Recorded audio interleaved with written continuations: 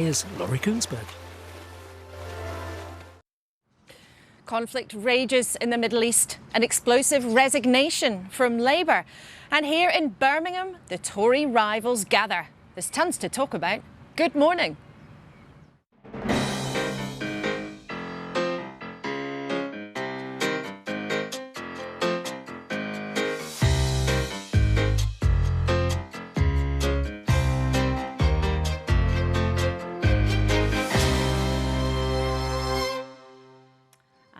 Morning. Well, Kemi Badenoch, the former Business Secretary, and Robert Jenrick, the former Immigration Minister. They seem to be the two front runners for the Tory crown, and they're both with us this morning.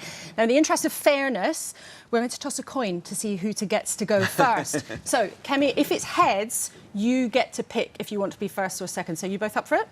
OK. Very risky thing to do on live television. It's tails. OK, so Robert Jenrick, would you like to go first or second? I'll go first. You'll go first, OK. And before we do our interviews with you a bit later in the programme, tell us something that you like about each other. Kemi, what's something you like about Robert? I like the fact that he is a good family man. And Robert, what's something you like about Kemi? I like her directness. And is there something that you disagree with Robert about that you know of at this point, Kemi? We actually agree on quite a lot. We have disagreements on immigration policy, but they are minor in the grand scheme of things. OK, I think we'll talk about that a lot this morning. Is something you disagree with Kemi about? Yeah, we do disagree on how we solve this migration puzzle, but I think you're going to ask us that in a few minutes' time. I think we'll certainly get into it. And Robert, you'll be first, Kemi, you'll be second, but thanks both for being with us in Birmingham this morning. Well, we'll hear later from the Labour MP, now formerly Labour MP, Rosie Duffield, who quit the party dramatically yesterday, accusing Keir Starmer of putting greed and power first. Here we are, and it's daily revelations of hypocrisy and grubby kind of presence and things. I mean, I can't believe what I'm reading. Well, how will Cabinet Minister Pat McFadden, one of the most senior ministers and allies of Keir Starmer, join us this morning?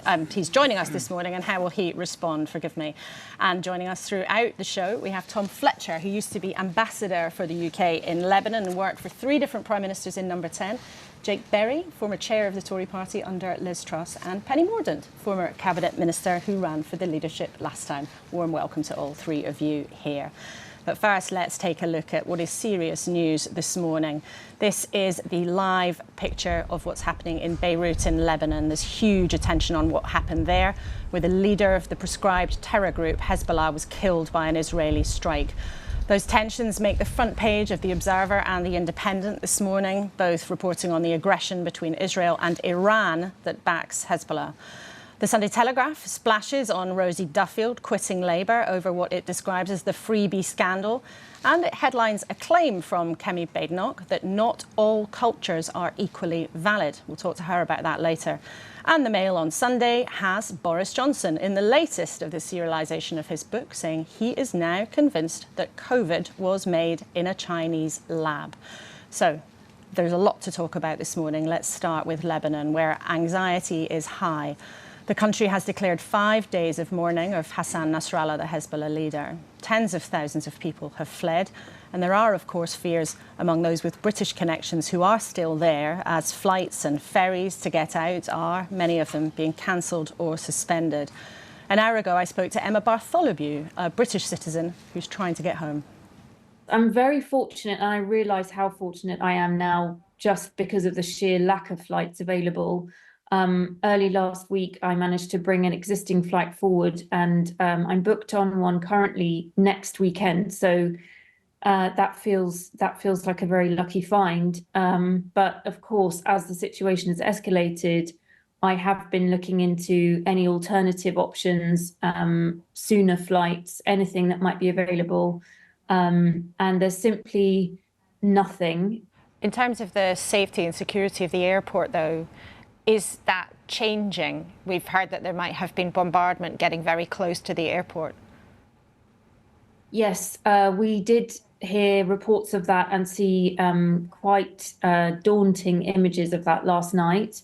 And I've seen passenger footage of flames and explosions as people have either been landing or taking off. Do you feel that the British government has been helping you try to leave?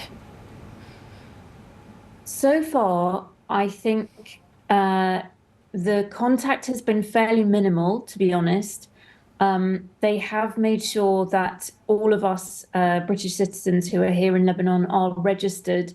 And I think perhaps naively, I was hopeful that we might receive some evacuation information by this point.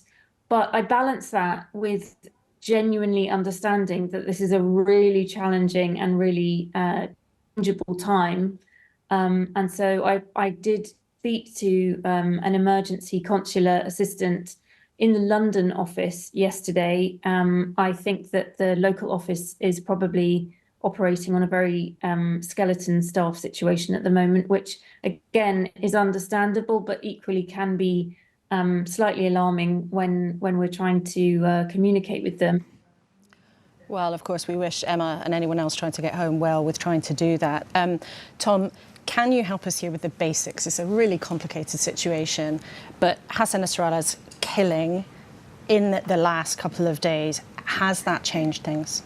It's changed everything. The region is on the brink of a really dangerous, catastrophic escalation, and civilians across Israel, Palestine, Lebanon, and far beyond are braced for that moment. This was another seismic moment, really, in a year of seismic moments in the region. Hassan Nasrallah was the most powerful person, not just in Lebanon, but one of the most powerful people in the Middle East. I remember many evenings sat there with the bodyguards, listening to his broadcasts, wondering whether we were safe or not, whether the region would tip further into danger or away from it. The reality was he could have taken me out anytime he wanted, and he took out many of his opponents. He exercised enormous hard power, street muscle, but also soft power. He controlled the social infrastructure in the south, was an extraordinary communicator, a sort of malign genius. And we're now waiting to see whether the hardliners in Tehran, in Tel Aviv, and elsewhere will dial this up, which would have horrific civilian consequences. Penny, as Defence Secretary and other jobs that you did, you've been in those kinds of meetings in government when you have huge, complicated and anxiety-inducing events like this. What do you think the thinking in government will be at the moment about this? Well, the immediate priority is the safety of British nationals, and a huge amount of work is going on for that with our armed forces. But the key to this is really Israel's security. Israel does care about international humanitarian law. It cares about the principle of proportionality. And we need to understand how what they have found in Gaza has rocked them, and that they view what they are doing as a proportionate response. So that needs to be the focus for the British government, Israel's security, and ensuring that the plan that is on the table is agreed to. That's very difficult, but that needs to be the diplomatic focus. OK, we'll talk about that more later in the programme, because, of course, in the last few days, the diplomacy from the UK and the US didn't come to anything because we ended up in this worse situation. Jake, though, let's turn to what's happening here. As a senior Tory who's seen the party through many ups and downs, how would you describe the state of the Tory party now as they're looking at each other and wondering who the answer might be? Well, I think the ex-senior Tory is a better description. But first of all, it's great to be back in Birmingham for the conference. It's a great city. We love coming here. But and in a way, for the Conservative Party, it's a really important conference. We've had a terrible election defeat. A lot of the conference will be dominated, not quite with a post-mortem, but looking why the offer we made to the British people was so roundly rejected. But also at the same time, we'll be looking to the future about who's going to lead the official opposition to take on the Labour Party to make sure that we can get ourselves fighting fit to serve the British people again. And it's not just enough for us as a party. Actually, speaking to a lot of delegates, they feel quite upbeat because the Labour Party is making such a mess of things. But that's not the same thing as the Conservative Party being fighting fit again. We're going to hear from all the candidates here, and I hope the members who see the 4 fantastic candidates we've got make the right choice. OK, well, let's hear from 2 of them then this morning, because that's why we're here in Birmingham, and it'll be an unusual conference. There'll be no leader's speech, but 4 wannabe leaders' speeches. We've already heard in the last couple of weeks from Tom Tugendhat and James Cleverly on the programme, and Robert Jenrick and Kemi Badenoch, who are both chasing for the job, are here this morning. Robert is the first up. He won the coin toss, and he started his career as a solicitor. Then he became the MP for Newark in 2014. He rose to become Housing Secretary in the government, then Immigration Minister. And then he quit over Rishi Sunak's approach, saying he hadn't gone far enough. You might well remember him coming blasting into our studio one Sunday with his reasons why. So let's speak to him this morning. Now, Robert, just after the election, you said the reason you lost was fundamentally you failed to keep your promises that you'd made to the public. Immigration is the thing that you've raised time and time again. Is it, above all else, the thing that you would put at the top of your list to fix? It is, Laura, but it's not the only thing. In fact, in the article that I wrote in the hours after the election, then I came on your show that weekend, I said that we failed to deliver on the economy, on the NHS and our borders. So there are multiple failures that we need to acknowledge as a party, whilst obviously defending the things we got right in government. And then we've got to listen to the public and set out serious answers to those challenges. I've spent the last few months thinking very deeply about how we do that. And I don't want to waste the next 5 years debating those things. That's a recipe for more infighting and for further loss of public trust. I want to use this leadership contest for us to settle those things and have a clear plan as to how we take our party and our country forward. And I have that in particular on immigration. In terms of immigration, though, as you've said, you lost your reputation on immigration, but also in terms of managing the economy. And that's always been what the Conservatives put front and centre, and we're very proud of that.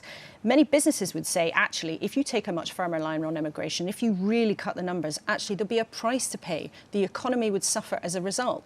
Are you willing to see the economy not grow as quickly or even take a hit if you're able to do your number one priority and cut the numbers of immigrants?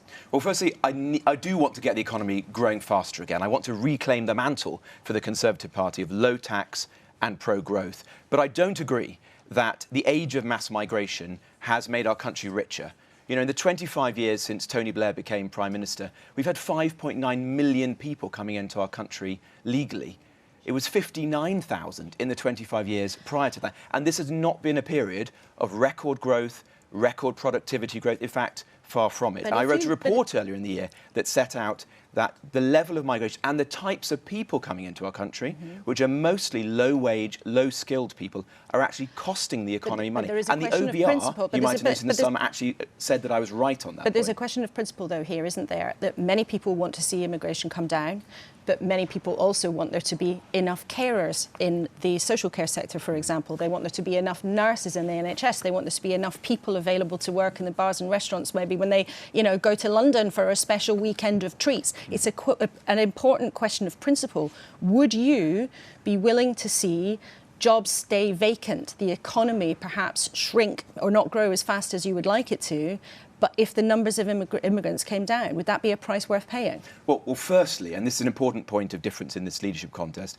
I do think we have to make clear that we're going to do this time, because we lost so much trust by failing to deliver this in the past. And so that means Parliament setting a legally binding cap on migration in the tens of thousands or lower. Otherwise, politicians can't look the public in the eye and say, this is definitely happening. And that was at the heart of the reason I resigned as a minister, because I didn't want to be just another minister who made and broke promises. But on your specific point, that might have. I don't pretend that ending this era of mass migration is going to be plain sailing. It requires us to link up our skills policy and our welfare policy and have a proper plan as to how we handle this. But I don't think that it needs to cost us money. There are millions of people in our country who are on welfare.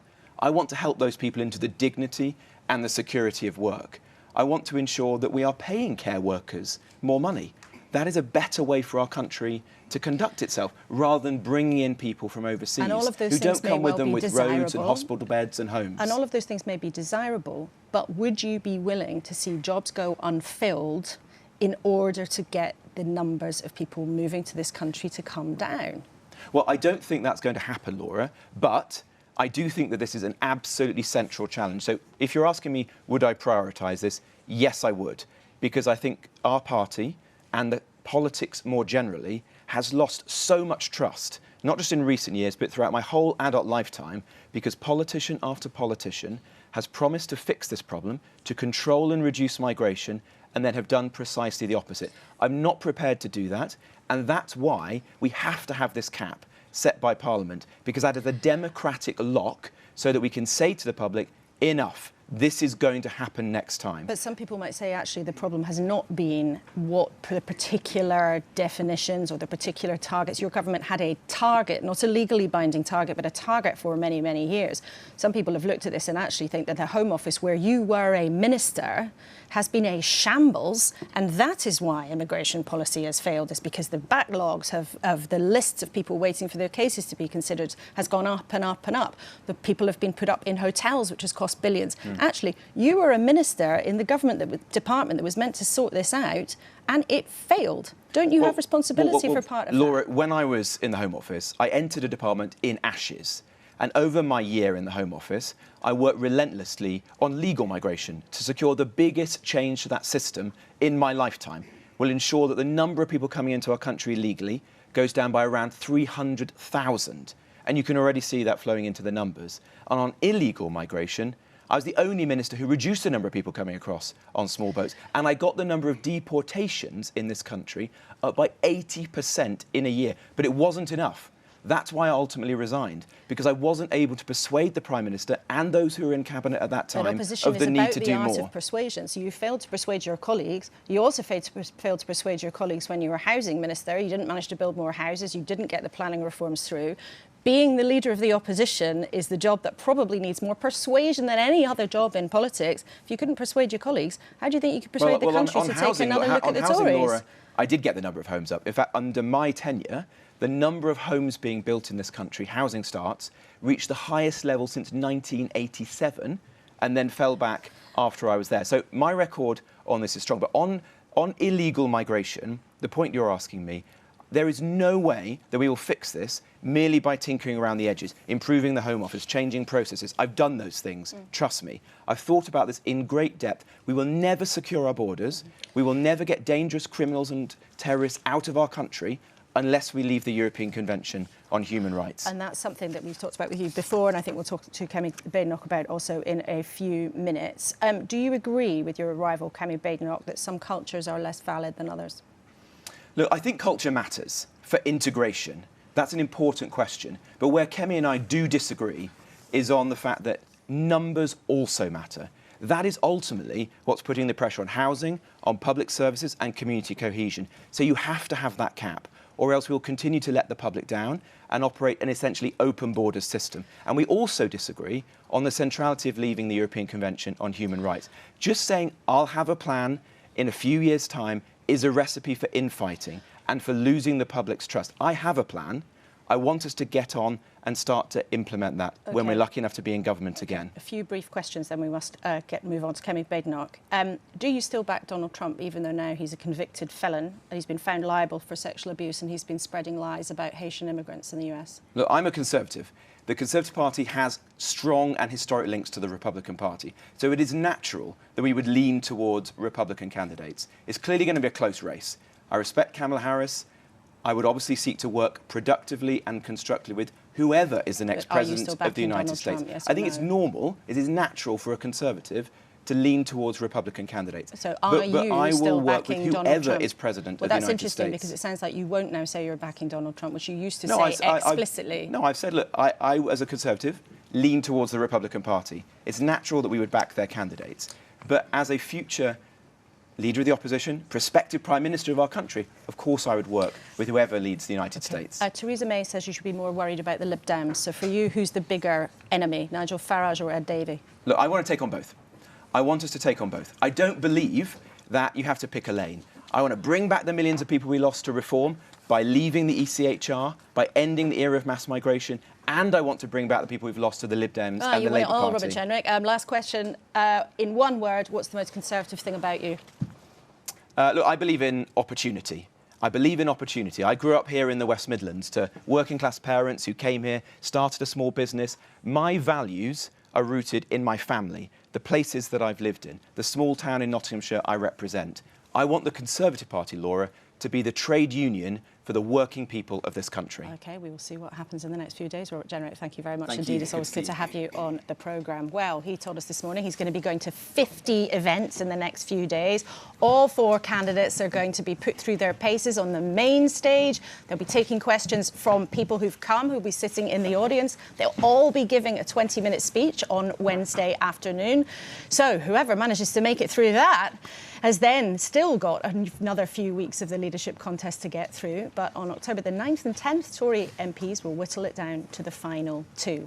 Kemi Badenoch looks like, if you talk to people around here, that she will be one of the final pair. But let's see. She started her career as a software engineer. She then worked in the financial sector and she became an MP in 2017.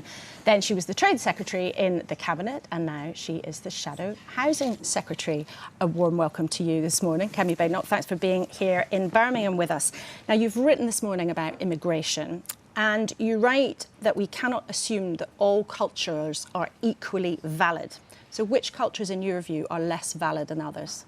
Oh, lots. Cultures that believe in child marriage, for instance, or that women don't have equal rights.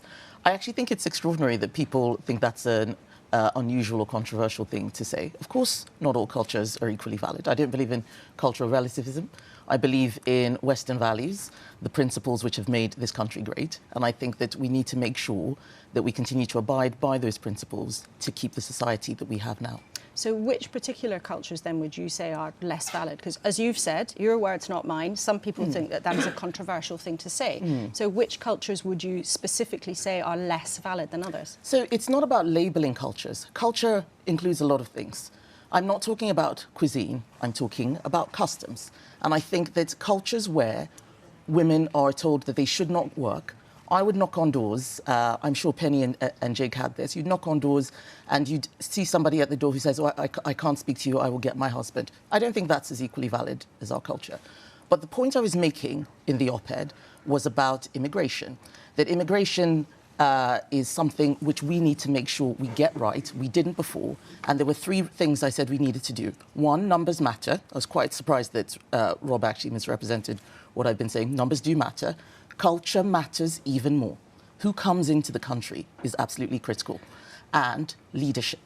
You need to start from the top. It's no good simply saying we're going to lower immigration and outsource it. It has to come very much from the Prime Minister himself or herself. Are you saying, though, that if somebody in their culture who lives here in the UK, who might be a British citizen, who answered the door to you and said, I won't speak to you, I'd like you to speak to my husband instead, are you saying, you have said their culture is less valid, are you saying that people with those beliefs shouldn't be welcome in the UK? I am saying that if we want to have a well-integrated society, we need to make sure that we have a shared culture and a shared identity.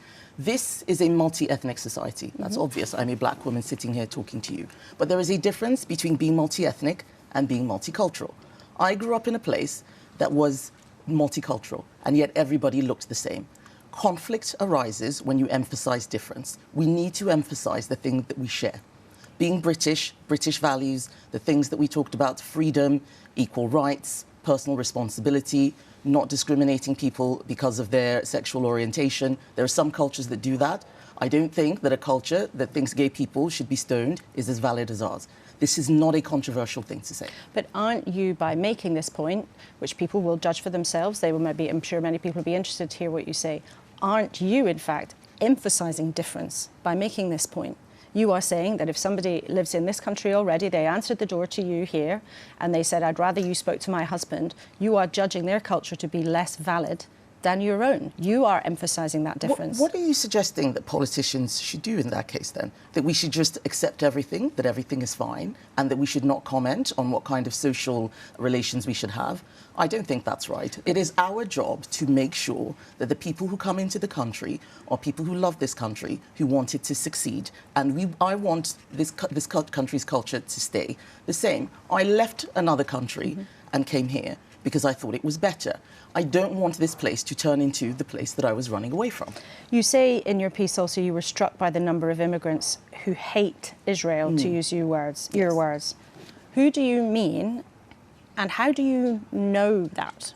Well, because we're seeing it on social media, we're hearing it.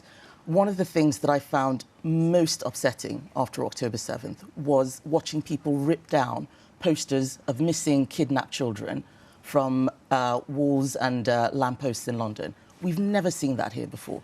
I think that is beyond the pale. How do you know that people who did that are recent immigrants? And if you say you saw that on social media, do you think social media is always a reliable source from where to get your views? Well, we can get into the nitty-gritty of that. I didn't say only recent immigrants hate Israel. I said I am struck by the number of recent immigrants who hate Israel. It is quite clear that there are many people who have recently come to this country who have brought views from where they used to be, from their countries of origin, that have no place here. It is not just about Israel. I saw, as Equalities Minister, people bringing cultural disputes from India to the streets of Leicester. I've seen it even amongst African groups. We need to make sure that when people come to this country, they leave their previous differences behind.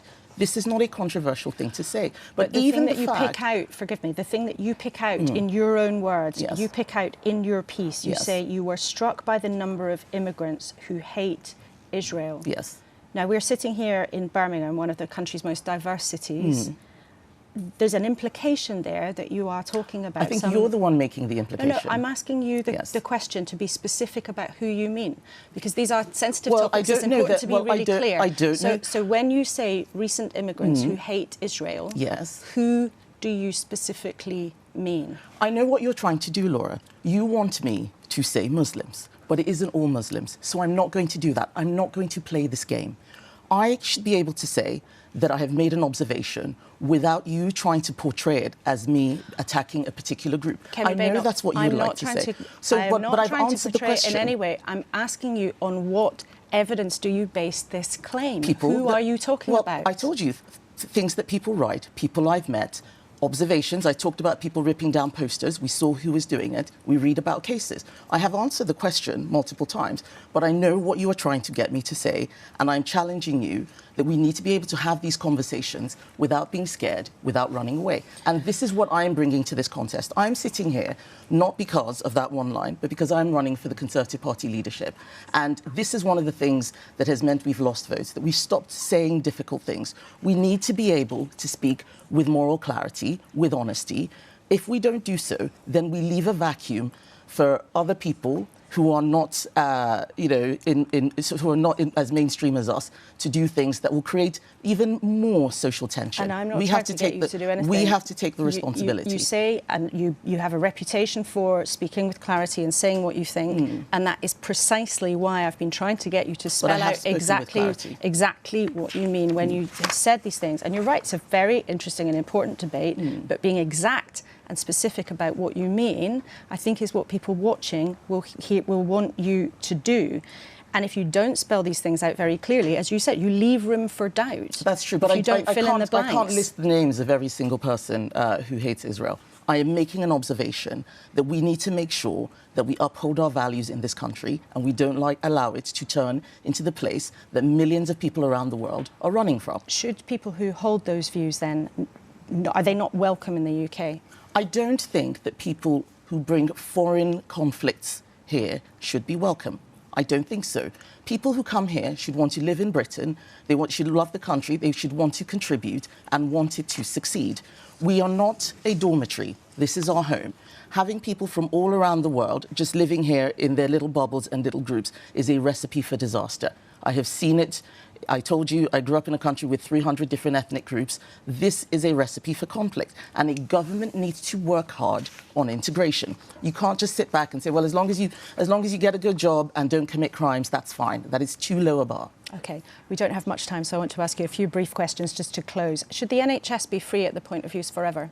That is a consensus that we have in this country. There are many ways to deliver a free at the point of use service that doesn't require the government to be involved in every aspect. But does it stand as a principle? Because you told the Times, I don't think we're ready for changing the principle as free at the point of use, certainly not immediately. Now that implies that one day you might think that that should change, and maybe it should.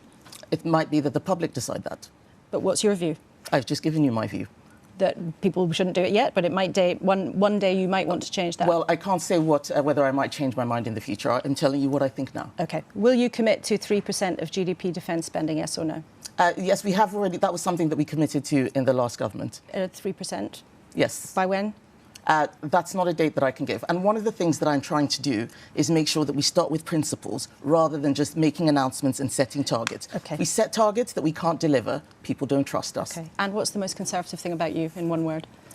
Personal responsibility. It is, I think, the value that distinguishes us from all of the left-wing parties, and we don't have enough of it in the country at the moment. OK, 2 words, but we'll give you them. Kemi Badenoch, thanks very much indeed for being with us. Thank I know you. it's a hugely busy week for you all here in the Tory conference in Birmingham. Thank you. Well, let us know what you think. You can always email us, kuenssberg@bbc.co.uk, or if you're social media minded, use the hashtag #BBCLauraK. And as ever, we will try to use some of the conversation later in the show.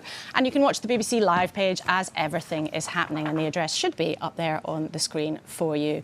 Well then, let's go to our panel. So, Penny Mordaunt, you've run to be Tory leader. You know what it's like to sit and be put through your paces. It's interesting and notable, both of who are seen as the front runners are focusing very much on immigration. What did you make of what you heard? Well, irritatingly for you, I'm supporting all 4 candidates this week. It takes courage to do what they're doing. I've been there, and I want them all to have a good week and make us proud. Are you comfortable, though, with the kinds of things actually that both of them are saying, but particularly what Kemi Badenoch is saying about cultures being less valid than each other? Do you think some cultures are less valid than others? This week is not about me. It's about all of us as a party. And I think the most important thing, I mean, the good news is, across the country, Conservative values are alive and well. But we have to reconnect our party with them. They're the values of this country. That's what we need to do. That is more important than particular personalities or policies at this stage. But some of your colleagues, Theresa May, the former Prime Minister, wrote an article yesterday saying she's concerned about the party going to the right. There was an implicit criticism in there, actually, on Kemi Badenoch and Robert Jenrick, both of trying to appeal to reform voters. Are you concerned that the party might move to the right? I think that policy and personality is not the most important thing right now. Really? There's less than 2% of this country are a member of a political party. People don't view their life through that prism. What we have to do is demonstrate that we are back in the service of the people of this country. That, to me, is the most important thing, beyond any policy position. But how do you do that, though? Well, I'll be talking about that later on today, Laura. The party chairman recognises this, I think, and he's asked me and Lord Hannan to do a piece of work to help us reconnect with the nation. So more on that later. OK, well, why do you think you lost, though? I mean, you've heard the pictures, and I know you don't want to get personal, but why do you think you lost? And you had a very marginal seat. I know you fought it very, very hard. What went wrong for you? Because I think that our values as a party and our success as a party has been because they've been in tune with the people of this country. And for all sorts of reasons and all sorts of things that we did, including things during the election campaign, people didn't see that anymore. What about the D-Day visit that went so badly wrong for the former Prime Minister and a proud military community in your old constituency? That's a great example of exactly what I'm talking about. The good news for us is that those same values that the British public hold dear now are causing them to be rather iffy about their new Prime Minister. There's an opportunity there, but we cannot be complacent. We have to demonstrate that we are here in the service of the nation, and they are our only care. Jake, what do you make of what both the candidates had to say then? Well, I thought it was an excellent outing for both of them, but I think what we learnt from both Kemi and Rob there is that actually they're really talking about a battle for ideology. Which direction is the Conservative Party going to go in? It's probably now is the right time to have it.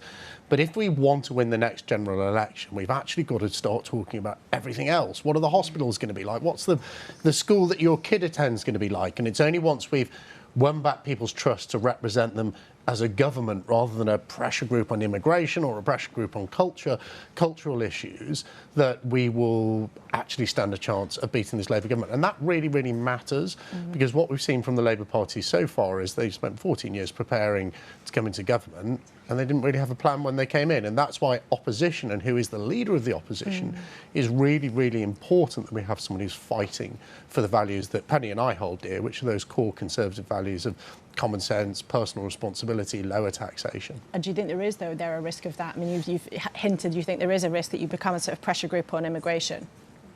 Well, look, I thought both of them performed excellently. I'm sure both of them can be great leaders of the Conservative Party. What they're doing at the moment is they're setting out to the Conservative Party membership, I guess, what they think is appealing to them. Look, I'm out there, I'm backing Tom Tugendhat, because I think actually Tom, and in all fairness, James Cleverly as well, have set out a much broader set of policies designed to appeal to Conservative Party members. Tom, as a former number 10 insider, and you work for 3 different prime ministers, so you don't have specific skin in this game, though. But as somebody who now works in higher education, but who used to be a diplomat going around the world, promoting Britain's image and working with governments everywhere, what do you make of the pickle that the Conservatives have got themselves into? Well, as you say, I'm a diplomat, I'm a former civil servant, so I'm more used to commenting on other people's elections than our own elections. I think the world has been watching the UK over the last decade and worries at times we've lost our reputation for competence. The world thinks we're quite good at banking and politics and diplomacy and the creative industries, and at moments it's seen us wobbling on those. And I saw in number 10, it's getting harder and harder to govern. It's not a political point about one party or the other. It's harder for liberal democracies to be strategic. We're often being outthought by autocracies who are there for a much longer time. And the world is getting tougher. It's a driverless world out there. And what I observe in so many elections, so many campaigns, countries like Lebanon, where 19 different religions are coexisting, is that the great dividing line now is between people who believe that the answer to these challenges we face is to just build a bigger wall, and people who believe in coexistence. And as a diplomat, I believe we should find ways to live together, that we have more in common than what divides us. And Penny, talking privately to a lot of your colleagues in the last few days, what quite a few of them have said to me is, I don't think that any of the 4 are likely to be the next Conservative Prime Minister. One source actually even joked that the next Tory Prime Minister might actually still be at school. Are you confident that one of the 4 has actually got what it takes to make it to number 10? I think so. I think we've got 4 great candidates, but this is about all of us. We all have to take responsibility for the shape of our party, our messages, and the work that we do in our communities. And if we are going to reconnect to the nation, then the grassroots of this party are going to be absolutely vital in that. Sounds to me like you're not at all done in politics. Well, I'm here, aren't I? I'm on your panel this morning. I'm here to help again another time. I'm here to help, Laura. Fancy a seat again another time? You don't need letters after your name to be of use and service to the country. But you fancy going back to the green benches one day? Of course, I loved my time there. But when Aqaba, which is not a spa in Marrakesh, it is the Committee on Business Appointments, lifts its ban on ministerial jobs, I will announce what I'm going to do, but it will be wholly in the service of this country. OK, I know also you've been spending a lot of time in America and indeed in Ukraine, and the new government, I think, Tom, has found that huge amounts of time have had to be devoted to foreign affairs in ways that they might not have anticipated. Let's then return to Lebanon and all the complexities of what has gone on there. If we go back this time last week, David Lammy, Keir Starmer, off to New York. They thought they were going to be able to, or at least there was a chance of brokering a ceasefire.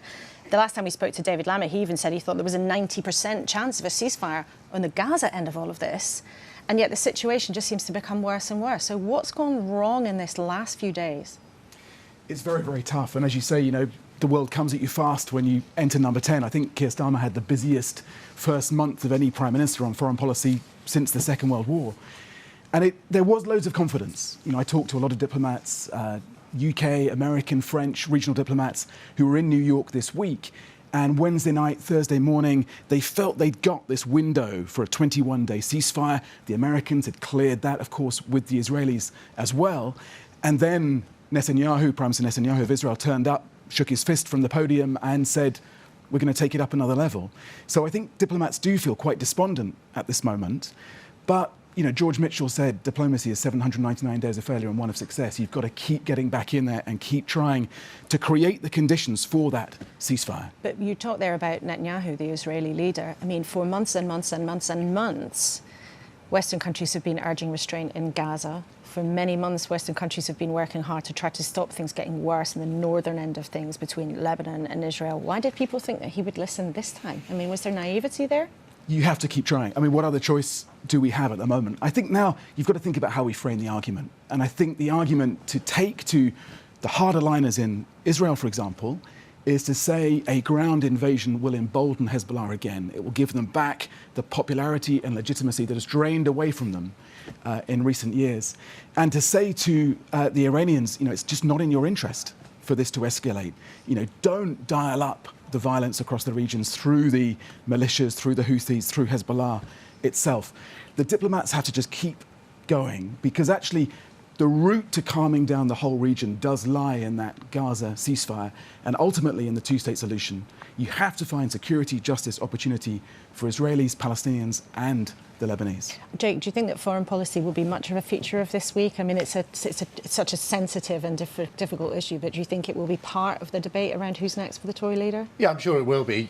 I go back to my earlier point about you have to come together as a party and look like you as the official opposition or potentially a government in waiting. It would be absolutely bizarre if the Conservative Party and its leadership hopefuls didn't talk about this hugely, hugely important issue. I think just going back to the Americans and the hope for a ceasefire, I mean, my reading of it is that the Americans really started to push this idea, as did our government and our Foreign Secretary David Lammy, because it was the Israelis themselves who started to push this as an option. We then saw a significant escalation with the Israelis in defence of themselves attacking the Lebanon. And I think really it's linked to the fact that it's an American election year that I think Netanyahu and the Israeli government are working in the belief that no American president in an election year are going to turn their back on the Israelis.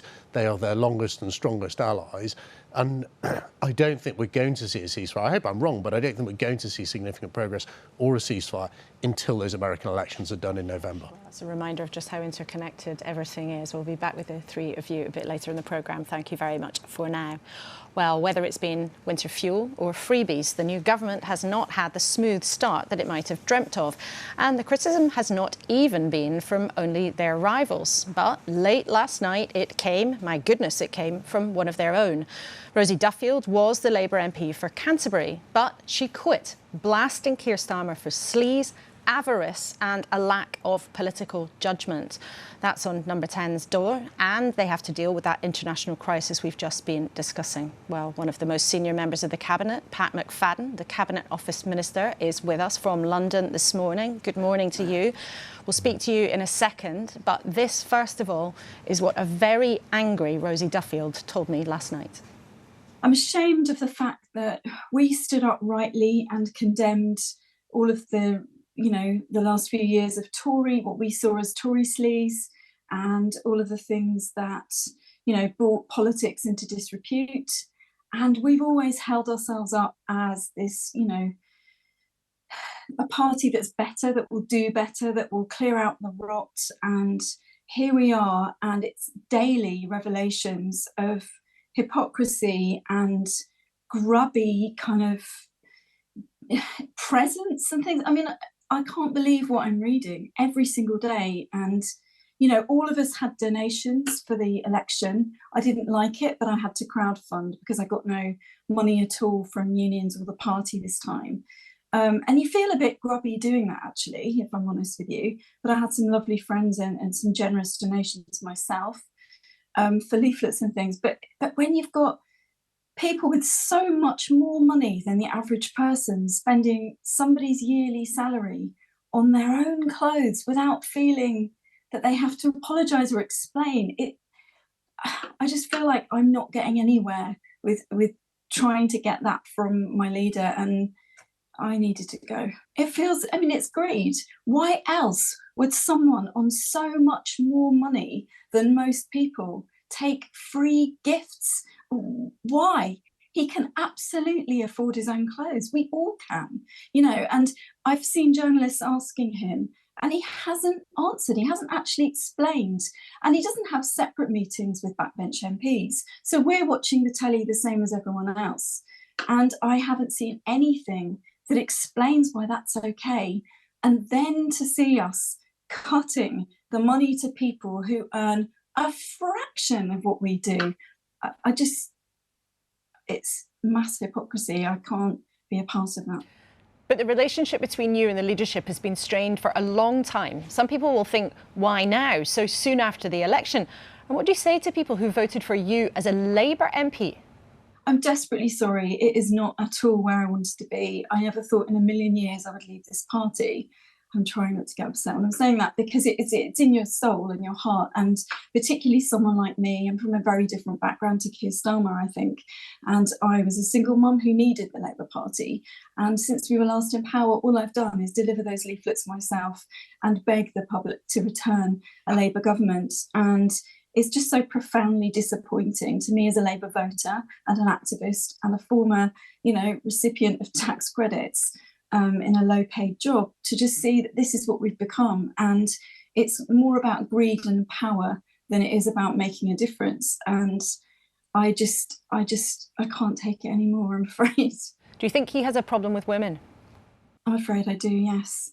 I mean, I've experienced it myself, but most backbenchers that I'm friends with are women, and most of us refer to the men that surround them, the young men, as the lads, and it's very clear that the lads are in charge. They've now got their Downing Street passes. They're the same lads that were there briefing against me in the papers and other prominent female MPs.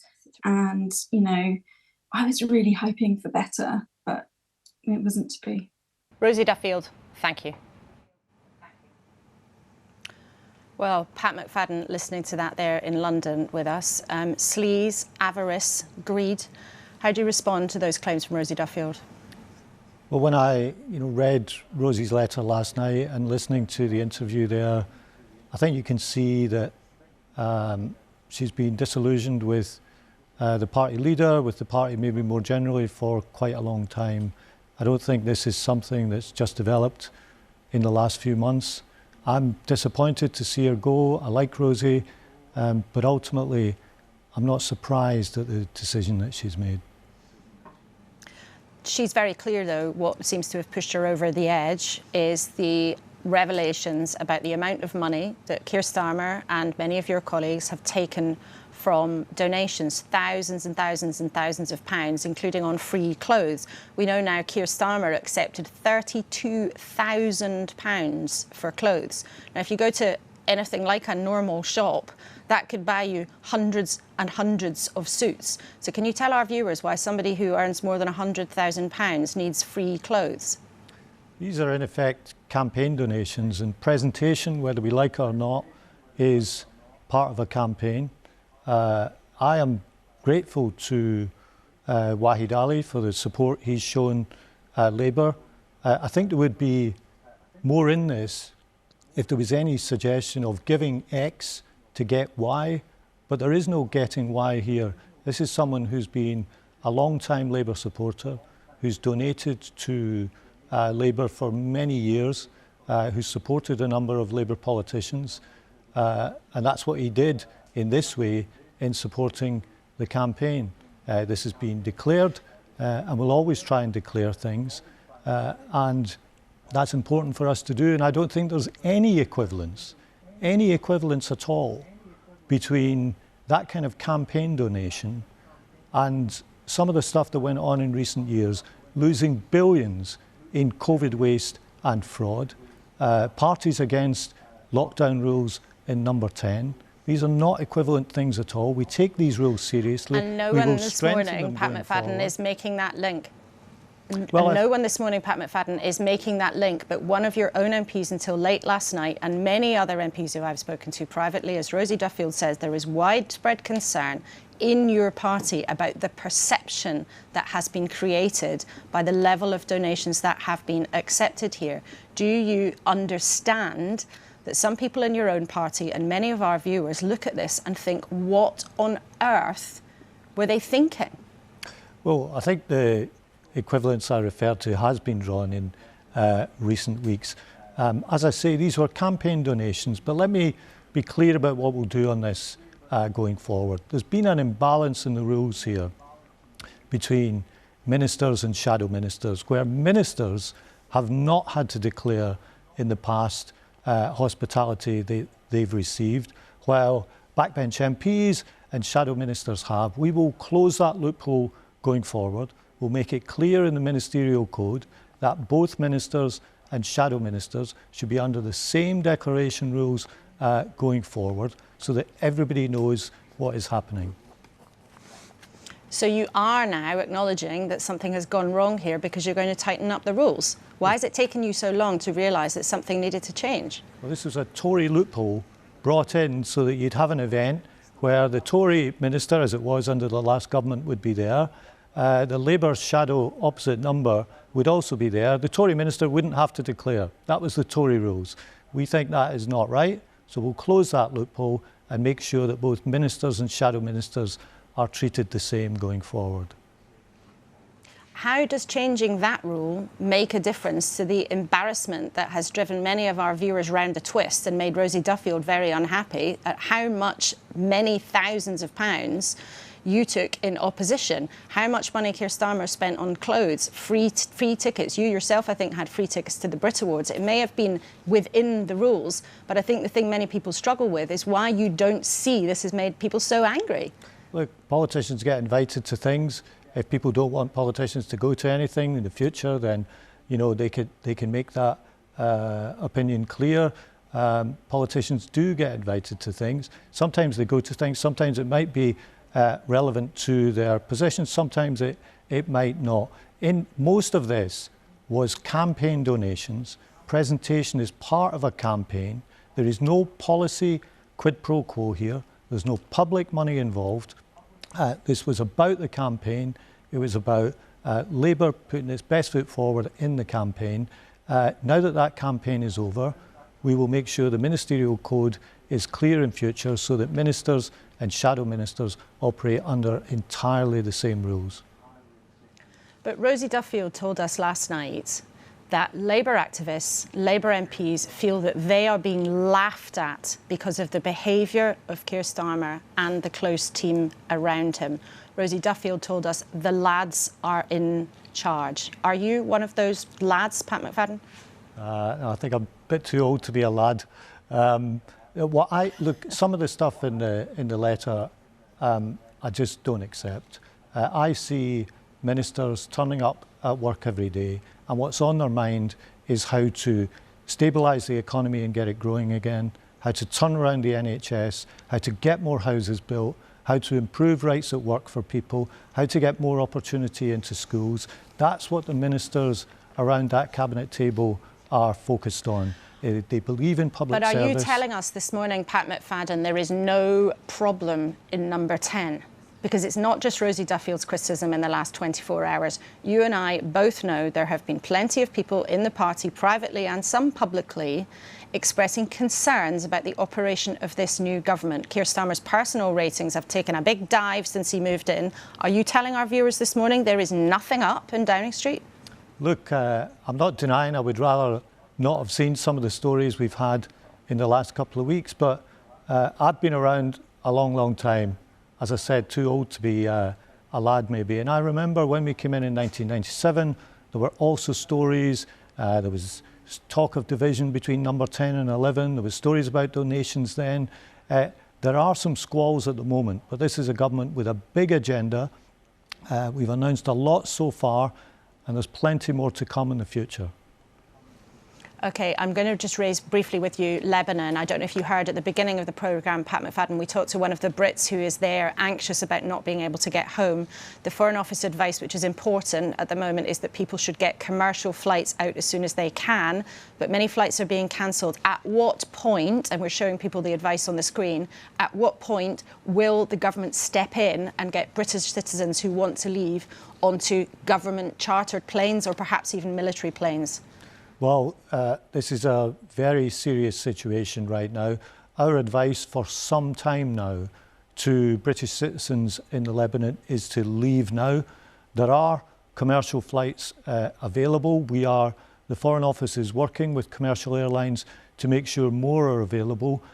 We will plan for every contingency, but it's really important, given the seriousness of the situation, that British people in the area make what arrangements they can to leave now. There is a register your presence service to make sure that we know exactly who is British and who's in the area. I encourage anyone who's in the area to use that register your presence service. That's what gives us the information to then communicate with British citizens in the Lebanon. The advice is to leave now, but we are watching this very closely. We will have contingency plans in place for any eventuality. And on the broader question, it is really important that we try to resolve these differences in a diplomatic way, no matter how difficult that sounds in the light of what's happened in recent days. OK, Pat McFadden, thank you very much indeed for joining us this morning. Thank you. And that Foreign Office advice, of course, there's more information about that on the BBC website. Now then, let's talk about something different at the end, because who'd have thunk it? Boris Johnson is making his presence known at the Tory conference. I don't think he'll be here in person, but there are snippets coming out from his book that's about to land, and we're doing an interview with him, his first interview since he left office, about his time in office this Thursday coming. Jake, you have been old mates with Boris Johnson for some time. How do you think the Tory party now looks at him? I mean, are people salaciously diving into what's coming out from his book? Well, I think his book's going to be a good read, let's put it that way, and there's snippets coming out in the Mail. I still think the Conservative Party looks back at Boris Johnson when he came in as leader as a time of great optimism. He won a significant majority back for us in 2019, and I think as a very active member of the Conservative family that he still is, I think people would be delighted to see him here at conference. Do you think he should come, Penny? Oh, I'm sure his book is a wholly accurate account of events. Talking of which, according to Boris Johnson. what Pat McFadden just said is completely untrue. Oh, and OK, he clearly why did you say doesn't that? understand the ministerial code at all. The onus on ministers is much more stringent and has been, and I as a minister reported monthly on my hospitality reporting. In 12 weeks, the Labour government's brought doubt to the economy, fear to the elderly, and I'm afraid a touch of Imelda Marcos to the office of Prime Minister. You're accusing Keir Starmer of being like Imelda Marcos? I am, Laura. Goodness me, that's something I never thought a few weeks ago that we would have heard here. But just on that point about where the Tory party is now, I mean, Boris Johnson, I think, has said that he laughed at you at one point in Cabinet when you raised trans rights. What do you think of how he's behaving now? Well, look, I think this is about all of us in this party, and I don't think that any of us should be fueling the divisions which characterised the last few years. I think the country wants us to get back into the service of them, and that should be our focus. Tom, when you look at this new government, you know, somebody who's worked for different number 10s, and Pat McFadden having to acknowledge, in his word, there has been a squall when, you know, ministers have up until now tried to say, oh, there's nothing wrong, we're getting on, and saying they're already going to change the ministerial rules. Do you look at them as a government and think, oh, I'm confident they know what they're doing, or do you look at them and have a question mark? Governing is really tough. I mean, I've seen that close up in number 10. I don't know whether Boris Johnson's book will help to restore our reputation for competence in the world. Do you reckon it would? Or not. The key thing is you get out there and do things. You don't just talk about it. You know, prime ministers need to set a clear vision. They need to communicate it well, and then put people and processes in place to actually then deliver it. Really hard to get all three of those things right. You know, I've only been into number 10 once since the election. I can see there are some very good people in there. I've worked with Sue Gray in the past. She's a formidable operator and will get stuff done. If I could just pivot to address the point on the crisis in Lebanon, though, because I saw Emma's interview earlier as well. I talked to the ambassador this morning. There's a great plan in place. There's a brilliant team in place, and people should get in touch with the embassy and get on those flights and get out. OK, that's really important advice, and I'm afraid we're out of time. And we didn't even have time to go through the merchandise that the Tory candidates are trying to tempt people with. There's a Robert Jenrick tote bag, a Kemi Badenoch baseball cap. Maybe that's one for you there, Jake. I don't know if you want to try that on. Or it seems to be a foam finger. When did that become a thing in politics with Tom Tugendhat? Anyway, maybe we better bring this to a close, but you can argue about that amongst yourselves. Thank you to all of my guests this morning. Thank to you, most of all, of course, for watching.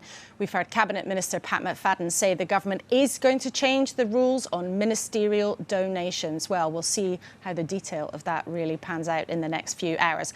And now we've heard on our programme all four of the candidates vying to be Tory leader.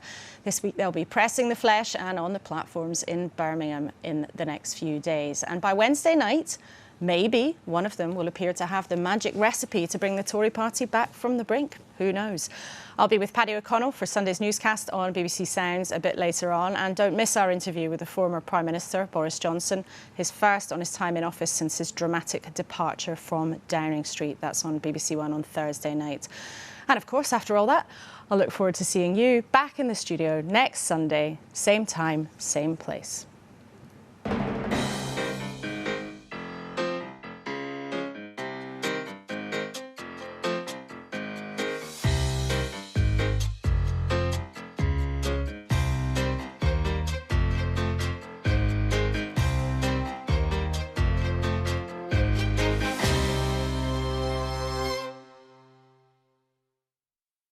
controversial.